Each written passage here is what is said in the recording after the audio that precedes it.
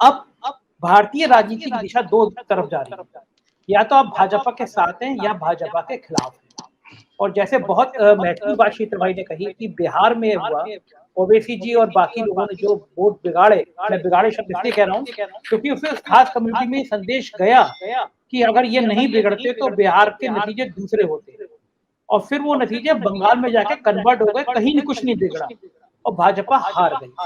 जहां जहां आमने सामने मुकाबला हुआ, चाहे वो दिल्ली हो, चाहे वो बंगाल हो, चाहे वो मध्य प्रदेश हो, राजस्थान हो, जहां दो पार्टियों में मुकाबला हुआ वहां बीजेपी को या तो परेशानी बहुत हुई, बाद में तोड़फोड़ करके सरकार बनाई, या सरकार हारी। उत्तर प्रदेश में भी हालात लगभग कमोवेश वैसे ही है। जो सर्वे आए, हालांकि उन सर्वे पे हम बहुत भरोसा नहीं भी करते, लेकिन तब भी जो जनमानस में हमारी टीम बात कर रही है, मैं बात कर रहा हूँ, वो ये या तो बीजेपी के साथ है या वो अखिलेश के साथ है। अगर उत्तर प्रदेश की राजनीति, अशोक जी आपने पूरे देश की राजनीति बहुत करीब से देखा है, चुनाव अगर योगी बनाम अखिलेश, भाजपा बनाम सपा में हुआ तो ये विजय रथ कितनी मदद करेगा और इस मुकाबले का अंत क्या होगा, कौन जीतेगा? देखिए, देर से सही लेकिन दुरुस्त हुआ। देर तो हो गई। मैं शीतल जी का विश्लेषण बिल्कुल सही मानता हूं, क्योंकि पोलराइजेशन बिल्कुल बीजेपी एंटी बीजेपी है।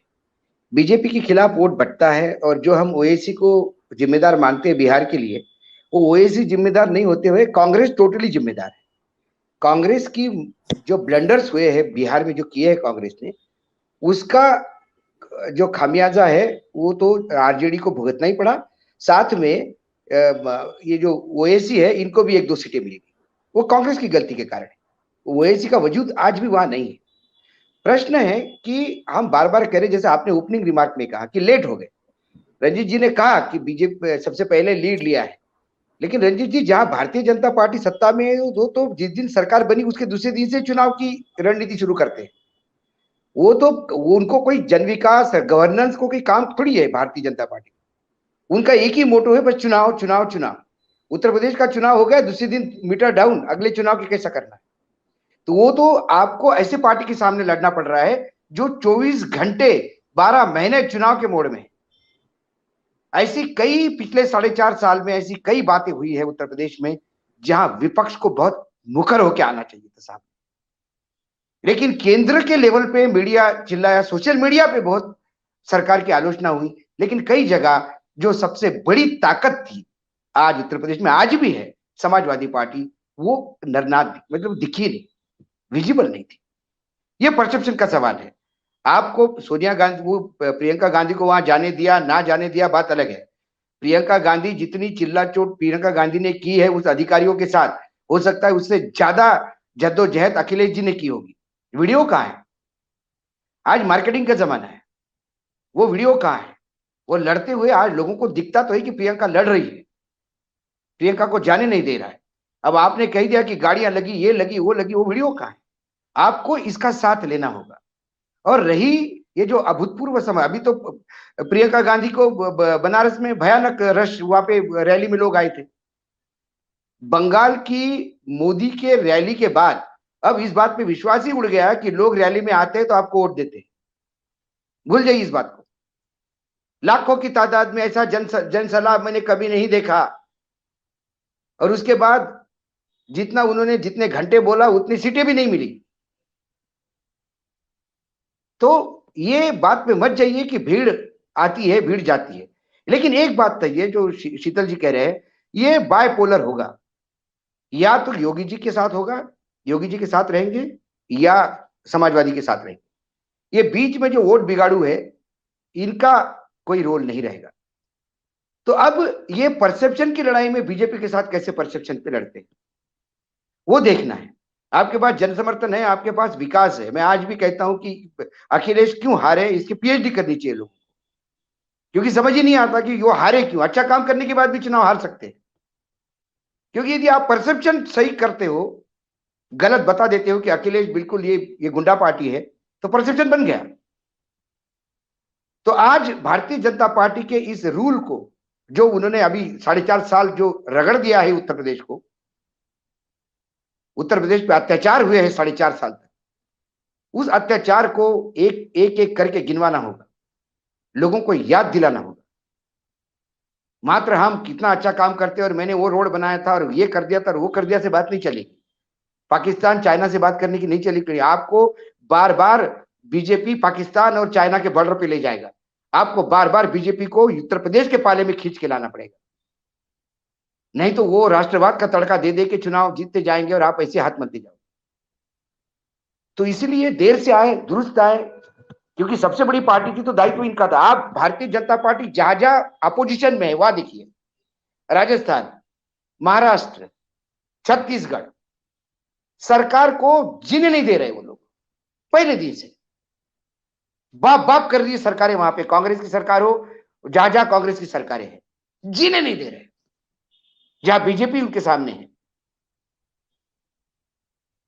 तो लगता है कि विपक्ष जिंदा है। उत्तर प्रदेश में विपक्ष का जिंदा था, सोशल मीडिया पे, सोशल मीडिया लगातार सरकार की धज्जियां उड़ा रहा था।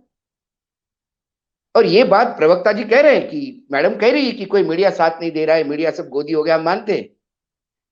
लेकिन सोशल मीडिया भी तो यहाँ पे भी तो चर्चा होती थी। आज अखिलेश जी रथ लेके निकले, चाहे किसी चैनल पे हो ना हो, 4 PM पे तो बात हो ही रही ना, सोशल मीडिया पे तो डिस्कशन हो ही रहा ना। ऐसा डिस्कशन करने का चांस भी कितना दिया समाजवादी पार्टी ने। संजय जी बैठे हैं यहाँ पे, कितने कुछ आप करिए तो यहाँ डिस्कशन होगा, कुछ हलचल होगी तो होगा। आपने एक आवाज उठाई तो 10 आवाज उठाने के लिए पैनलिस्ट बैठे हैं, लेकिन आवाज तो उठाएं। तो ये बार बार प्रतीत हो रहा था 4.5 साल तक। अब चुनाव नजदीक आ गए तो सभी एक्टिव हो जाएंगे। समाजवादी पार्टी एक्टिव होगी तो कोई कोई कोई आउट ऑफ वे जाके, आउट ऑफ ब्लू एकदम कोई नहीं हुआ। लेकिन पहले दिन मुझे तो लगता है योगी जी के सरकार को पहले दिन से यदि किसी ने घेरा है तो बीजेपी नहीं घेरा है। उनके 150 लोग बीजेपी के, योगी जी ने पूरे 4.5 साल यदि किसी का अपोजिशन झेला है तो बीजेपी का झेला है और सोशल मीडिया का झेला है, बाकी तो कुछ दिख ही नहीं रहा था। ये यदि बहुत बुरा लगता है कहने में, यदि ये हत्याकांड नहीं होता तो कांग्रेस क्या करती? बहुत अहम सवाल है, क्या करती कांग्रेस? कांग्रेस की हिम्मत भी नहीं होती बनारस में रैली करने की, क्योंकि उनकी औकात ही नहीं थी, वो जानते थे। लेकिन उन्होंने गेम खेला, उन्होंने परसेप्शन बनाया, और इस परसेप्शन से कुछ नहीं होगा। शीतल जी जो कह रहे हैं बिल्कुल सही कह रहे हैं। 100 सीटें का दम भरा जाएगा और 20-25 सीटों पे ताकत से लड़ा जाएगा, ताकि कम से कम 25 सीटें तो, ये कहने को तो डबल फिगर में है, और वो भी आगे पीछे समाजवादी पार्टी के साथ कहीं ना कहीं अंडरस्टैंडिंग होगी। या तो समाजवादी के कैंडिडेट कांग्रेस के सिंबल पे लड़े जाएंगे, इसकी बातचीत चल रही है, जो मेरी सूचना है। जो गलतियां बिहार में उन्होंने की वो कांग्रेस कतई नहीं करना चाहती उत्तर प्रदेश में, इसलिए प्रियंका ने फ्रंट पे आके संभाला है। बिहार में कोई और लोग संभाल रहे थे और प्रियंका का नाम उपयोग में लाया रहा था, इस बार प्रियंका खुद उतरी है। लेकिन समाजवादी देर से सही दुरुस्त आई है, और ये निरंतरता बननी चाहिए। एक रैली खत्म करके नहीं, एक आपने मूर्ति का उद्घाटन किया और 4 महीने का गैप दिया, वो नहीं होगा। लगातार आपको ये भ्रमण करते रहना पड़ेगा, लगातार रास्ते पे रहना पड़ेगा नेताजी। नेताजी माने अखिलेश जी को मैंने कहा, क्योंकि अब वो मुलायम सिंह जी तो घर बैठे, तो अखिलेश जी नेताजी है उस पार्टी में।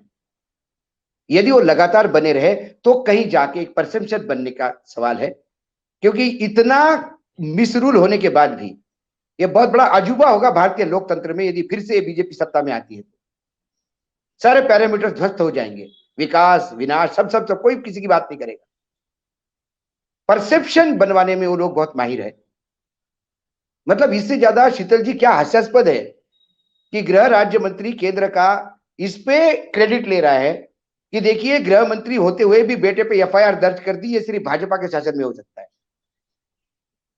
उन्हें यह शर्म नहीं आ रही है कि भाजपा के शासन में हिस्ट्री सीटर गृह मंत्री भी हो सकता है और उसका बेटा उससे भी बड़ा हिस्ट्री सीटर हो सकता है। इसमें भी क्रेडिट लेते हैं, ये सिर्फ हम ही कर सकते हैं और कोई नहीं कर सकता। तो परसेप्शन बनाने का प्रयास हर जगह होगा, वो लड़ाई है और वो लड़ाई देखनी है। और पूरे उत्तर प्रदेश के ऊपर, ये उत्तर प्रदेश का चुनाव नहीं है संजय जी, पूरा देश उत्तर प्रदेश के चुनाव को बहुत नजदीक से देख रहा है। भारतीय जनता पार्टी की अंदरूनी राजनीति इस चुनाव को देख रही है। 2022 में यदि सुपड़ा साफ हो गया बीजेपी का यहाँ पे, तो हो सकता है 2024 तक केंद्र में बहुत बड़े बदलाव होंगे।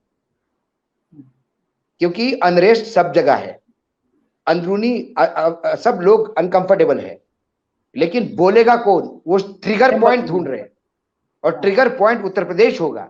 ये उत्तर प्रदेश की विधानसभा का सवाल नहीं है, ये आने वाले 82 सीट का सवाल है, जो इस देश की केंद्र सरकार का भविष्य तय करेगी। अशोक जी, बस लास्ट में आपसे ये पूछना चाहूंगा कि अगर अखिलेश यादव ये चुनाव जीत जाते हैं उत्तर प्रदेश का, तो क्या वो ये संभव नहीं है कि वो राष्ट्रीय राजनीति में उनका कद ममता बनर्जी के बराबर हो जाएगा? क्योंकि उत्तर प्रदेश बहुत बड़ी लोकसभा सीट जीत के आते हैं। अखिलेश यादव का ये चुनाव जीतना ना सिर्फ उत्तर प्रदेश में बल्कि देश की राजनीति में बहुत मजबूत तरह से उभरेंगे, ऐसा संकेत लगता है आपको? बिल्कुल ये संकेत है। काउ बेल्ट में जहां हिंदी स्पीकिंग है वहां अखिलेश, क्योंकि ममता में और अखिलेश जी में ये मेजर फर्क है कि ममता की कॉन्स्टिट्यूंसी बहुत सीमित है। वो भले ही कहीं गोवा में 2-4 लोगों को ज्वाइन करवा ले, उससे कोई तृणमूल कांग्रेस का फर्क नहीं पड़ता। वो तो पिछले बिहार और यूपी में भी उन्होंने ट्राई किया था। सवाल है कि एक हिंदी स्पीकिंग जो बेल्ट है, और ये यादव आपको राजस्थान में भी मिलेंगे, हरियाणा में मिलेंगे, मध्य प्रदेश में मिलेंगे, इन तमाम चीजों पे बात हो सकती है। लेकिन फिर भी जो शीतल जी कहते हैं, मैं बिल्कुल इनके साथ हूं। मैं पहले दिन से कह रहा हूं कि उत्तर प्रदेश में चाहे कोई इंपैक्ट नहीं पड़े, जो 4 सीटें 7 सीटें है वो 4 घट के 4 पे रह जाए, लेकिन प्रियंका गांधी का जो एग्रेसिव जाना है इस पर्टिकुलर इशू पे, वो पूरे देश में कांग्रेस को कहीं ना कहीं कांग्रेस कार्यकर्ताओं में एक जान, जहां कांग्रेस और बीजेपी बिल्कुल आमने सामने है, वहां बीजेपी के लिए या कांग्रेस और रीजनल दल एकदम आमने सामने है। वहां चाहे तेलंगाना हो, आंध्र प्रदेश हो, कर्नाटक हो, राजस्थान, मध्य प्रदेश, छत्तीसगढ़, यहाँ कांग्रेस की एक पोजीशन बहुत ठीक हुई है, क्योंकि कांग्रेस के कोई कैडर तो है नहीं। कांग्रेस के पास वो वर्कर है जो अपना काम करते रहता है, चुनाव के टाइम कांग्रेस ही बन जाता है। उनको हमेशा लगता था कि कांग्रेस खत्म होगी, क्योंकि वो एग्रेसिवनेस नहीं है कांग्रेस में कोई। वो एग्रेसिवनेस दिखी इसलिए होगा। रही बात, मैडम ने बहुत बताई कि कैसी 400 सीटें आएगी, बिल्कुल आनी चाहिए, बहुत अच्छा होगा 400 आई तो। और पार्टी के प्रवक्ता को हमेशा कह देना चाहिए, मैं ये कम से कम बीजेपी से एक अच्छा गुण आपने ले लिया कि अगली बार 300 पार, अगली बार 500 पार, अगली बार 800 पार, वो बिल्कुल होना चाहिए वैसा, ताकि वो टेम्पो बना रहता है। लेकिन आपने जो इंदिरा गांधी हारने की बात की थी, तब जयप्रकाश नारायण थे। वो जयप्रकाश नारायण आज नहीं है, उनकी कमी आज बहुत खल रही है देश में। कई जयप्रकाश नारायण पैदा नहीं हो रहे। अन्ना आए थे, अन्ना को इन्होंने मूर्ख बनाया, अन्ना एक फूका हुआ कारतूस साबित हुए। लेकिन आज यदि हम उत्तर प्रदेश की बात करें तो अखिलेश के सामने ही योगी है और योगी के सामने अखिलेश है, ये निर्विवाद बात है। रही बात मुलायम सिंह का आशीर्वाद लेने की, मुझे डर है, क्योंकि पिछले कई दिनों से जब मुलायम सिंह जी का पैटर्न मैंने देखा, आज तो अखिलेश को आशीर्वाद दिया, कुछ दिनों के बाद फिर शिवपाल जी के भी फोटो आएंगे आशीर्वाद लेते हुए, तो ये कंफ्यूजन की स्थिति बरकरार है। हमने पूरे जब अखिलेश जी और शिवपाल जी का झगड़ा चल रहा था, तब हमने लगातार देखा है, कभी नेताजी उधर जाते थे, कभी नेताजी इधर जाते थे। तो लेकिन नेताजी अब मार्गदर्शन मंडल में चले गए हैं, उनका आशीर्वाद दोनों भाई को भी देंगे, वो बेटे को भी देंगे। लेकिन जनता किसके साथ जाना चाहती है? जनता ने 4.5 साल में ये भोगा है और ये देखा है कि हमारे लिए वाकई विकास के काम यदि किसी ने किए होंगे तो वो अखिलेश ने किए थे। अखिलेश युवा थे, पिछली बार अखिलेश के हाथ बांध के उनको मुख्यमंत्री बनाया गया था। सारे चाचा उनके मंत्रिमंडल में थे और चाचिया उनकी सेक्रेटरी और वो बाकी थी, बेचारे ढोक देते देते पूरी कैबिनेट निकाल लेते थे। इस बार ऐसा नहीं होगा, इस बार वो अथॉरिटी के साथ आएंगे, उनकी अपनी कैबिनेट होगी, अपनी सरकार होगी। हाथ बंधा हुआ मुख्यमंत्री यदि इतना अच्छा काम कर सकता है, हाथ खोलने के बाद तो इससे ज्यादा कर सकता है। ये परसेप्शन कहीं ना कहीं लोगों के बीच में है। लोग बोलते हैं, जब हम उत्तर प्रदेश में लोगों से बात करते हैं तो लोग ये बातें बताते हैं। तो मुझे लगता है ये सारी तमाम चीजें अभी तो कम से कम एज, मुझे बहुत अच्छा एज अखिलेश जी को दिख रहा था, लेकिन इसमें महीने 2 महीने का गैप होना नहीं चाहिए, क्योंकि अभी आने वाले जो 4-5 महीने हैं यही कत्ल की रात है। यदि 5 महीने में निरंतर रास्ते पे रहे तो आने वाले समय में 5 साल तक वो मुख्यमंत्री की कुर्सी पे बैठना उनके लिए कोई डिफिकल्ट बात नहीं है।